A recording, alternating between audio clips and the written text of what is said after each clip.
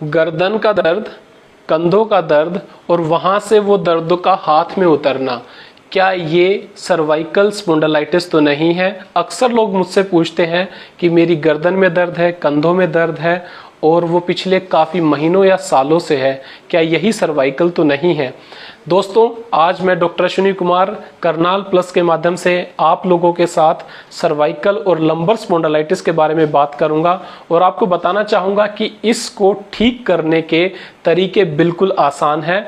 90% लोग बगैर किसी दवाई के ही सर्वाइकल स्पॉन्डिलाइटिस से ठीक हो सकते हैं। तो क्या है सर्वाइकल स्पॉन्डिलाइटिस? हम बात करेंगे। हमारा जो गर्दन की रीढ़ की हड्डी है उसको हम सर्वाइकल स्पाइन बोलते हैं। उसके अंदर हमारी हड्डियां होती हैं, उनके बीच के अंदर सॉफ्ट डिस्क, जिनको लोग मनके बोलते हैं, वो होता है और उन्हीं के बीच से पीछे से निकलती है बारीक नसें, जो कि हमारे हाथों को और नीचे के पोर्शन में हमारी टांगों को नर्व की सप्लाई देती हैं। इस तरह से हमारे गर्दन से जो नसें निकलती हैं वो C5, C6, C7, 8 ऐसे करके हमारी हाथों को सप्लाई करती है और ऐसे ही पैरों की तरफ नसें निकलती हैं। जब कभी भी ये मन के हिल जाते हैं या इनकी सेटिंग खराब हो जाती है, ये छल्ले हिल जाते हैं, नसें पीछे की तरफ चली जाती हैं, तो वो नसों पे दबाव डालते हैं और पूरी टांग या फिर पूरे हाथ में दर्द का आना हो जाता है। इसी बीमारी को कहा जाता है सर्वाइकल स्पॉन्डिलाइटिस और ये शायद ही कोई ऐसा आदमी हो जिसको जिंदगी में ना हो। हम सभी लोगों को कभी ना कभी कमर या गर्दन का दर्द हो ही जाता है। हर बार वो सर्वाइकल स्पॉन्डिलाइटिस नहीं हो सकता है वो मस्कुलर पेन भी हो। आखिरकार इस दर्द के होने के कारण क्या है? ये एक लाइफस्टाइल रिलेटेड डिजीज है। ये हमारे गलत तरीके से बैठने से, गलत तरीके के सोने से, बहुत ज्यादा मोबाइल फोन का प्रयोग करने से, लंबी समय तक कंप्यूटर, टीवी या स्क्रीन के सामने बैठने से होता है। जब हम लंबे समय तक इनसे पे बैठते हैं तो हमारी गर्दन की मांसपेशियां तनाव में आ जाती हैं, हमारी नसों पे दबाव आ जाता है और ये बारीक छोटी छोटी नसें जो कि हमारी गर्दन से हाथों की तरफ जाती हैं, उनके ऊपर दबाव हो जाता है। अक्सर लोग क्या करते हैं कि वो लेट जाते हैं और रात को लंबे समय तक मोबाइल अपने हाथों में रखने की आज के ज़माने में एक ट्रेंड बन गया है।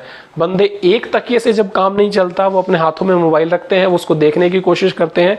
एक तकिए से यदि काम नहीं लगता तो वो दो दो तकियों का इस्तेमाल करते हैं और इससे गर्दन का जो एंगल हमारे धड़ से जो मिलता है वो बढ़ जाता है और लंबे समय तक स्ट्रेस पड़ता है। ये जो एंगल है ये हमारा काफ़ी बढ़ जाता है इस तरीके से लेटने से और सारी नसें जो हाथों की तरफ जा रही हैं, लोग अपने हाथों को ऊपर रखते हैं, मोबाइल को उठा के रखते हैं तो उस पर प्रेशर पड़ता है।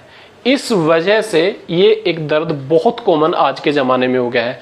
दूसरी बात, बच्चे, बूढ़े या आम आदमी जो कंप्यूटर पे लगातार बैठ के काम करते हैं उससे भी ये दर्द बढ़ जाता है। इससे फिर बचने के तरीके क्या हैं? सबसे अच्छा तरीका बचने का ये है कि आप अपने गर्दन का पोस्चर हमेशा ठीक मेंटेन करें, तकिए 2 की बजाय 1 और मुलायम और पतला तकिया ही हमेशा यूज़ करें। चाहे आप करवट से सोएं या सीधे सोएं।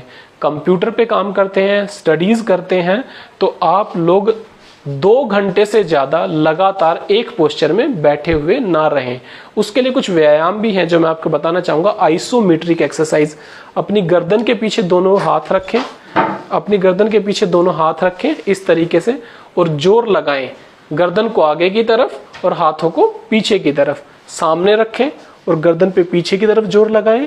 साइड में रखें, इस तरीके से जोर लगाएं, फिर इस तरफ रखें, इस तरीके से जोर लगाएं। ये एक्सरसाइज दिन में 2 या 3 बार और एक पोस्चर 10 बार तक आप कर सकते हैं। इससे आपकी मसल्स की जो टोन है वो ठीक हो जाती है, आपके जो मनकों की सेटिंग खराब हो गई थी वो ठीक हो जाती है और जिन लोगों को ये बीमारी बढ़ जाती है तो कभी कभी हाथों में दर्द नीचे तक उतरता है, सूनापन, झंझनाहट, रात में सोते सोते हाथों में ऐसा लगता है जैसे कि उनमें जान नहीं है, वो ढीले पड़ गए हैं, ये अक्सर देखने को मिलता है। एक्सरसाइज करने से, अपना पोस्चर ठीक मेंटेन करने से और डाइट का क्या रोल है कि आप अपने खाने के अंदर वो कोई चीज़ें ना लें जो वायु दोष और वात और पित्त को बढ़ाती है। उससे क्या होता है कि आपकी गर्दन में जो मस्कुलर पेन है वो बढ़ जाता है। इस तरीके से हम लोग इस सर्वाइकल स्पॉन्डिलाइटिस की बीमारी से बच सकते हैं। कुछ लोगों में क्या होता है कि बीमारी बढ़ जाती है, एक्सरसाइज, फिजियोथेरेपी, डाइट कंट्रोल सब कुछ करने के बाद भी वो लोगों को आराम नहीं आता है। ऐसे सिनेरियो में नसों पे दबाव का ज्यादा हो जाना है, तब हम लोगों को गर्दन के एक्सरे या कभी कभी पेशेंट्स का एमआरआई कराकर भी देखना पड़ता है। रेयर केसेस में कुछ लोगों की इसमें सर्जरी भी करनी पड़ी थी, मगर लेकिन सबसे अच्छा तरीका यही है कि आप लाइफस्टाइल को चेंज करेंगे तो ये बीमारी ठीक हो जाएगी। और मैं आज करनाल प्लस का धन्यवाद देना चाहता हूं कि उन्होंने एक ऐसा अच्छा प्लेटफॉर्म बनाया जिस पे हेल्थ रिलेटेड टिप्स आते हैं, और इस प्लेटफॉर्म के माध्यम से हम लोग अच्छे अच्छे टॉपिक्स आप लोगों के सामने लाते हैं। Thank you.